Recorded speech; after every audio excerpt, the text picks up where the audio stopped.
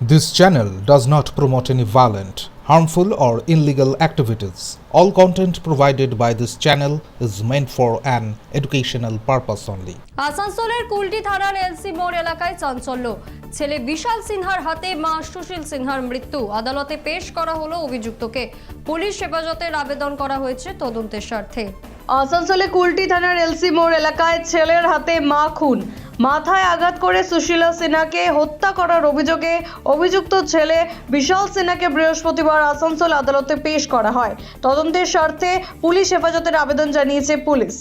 গতকাল একটা খবর পাই আমরা রাত 2টো নাগাদ যে একটা মহিলা ব্লিডিং ইনজুরি নিয়ে ঘরে পড়ে আছেন, ঠিক আছে। সেই খবর পাওয়ার পর আমাদের অফিসাররা গিয়ে সেই বাড়িতে যায়। সেই সময় আমরা সঙ্গে সঙ্গে একটা আসানসোল হসপিটালে পাঠিয়ে দিই এবং সেখানে ওনাকে ডেথ ডিক্লেয়ার করা হয় এবং তার ছেলেকে আমরা সেই সময় ডিটেন করার পর তিনি ইনটক্সিকেটেড অবস্থা ছিলেন, তার নাম বিশাল সিনহা। এবার তারপর সকালবেলা যখন আমরা ইন্টারোগেশন করি তখন সে তার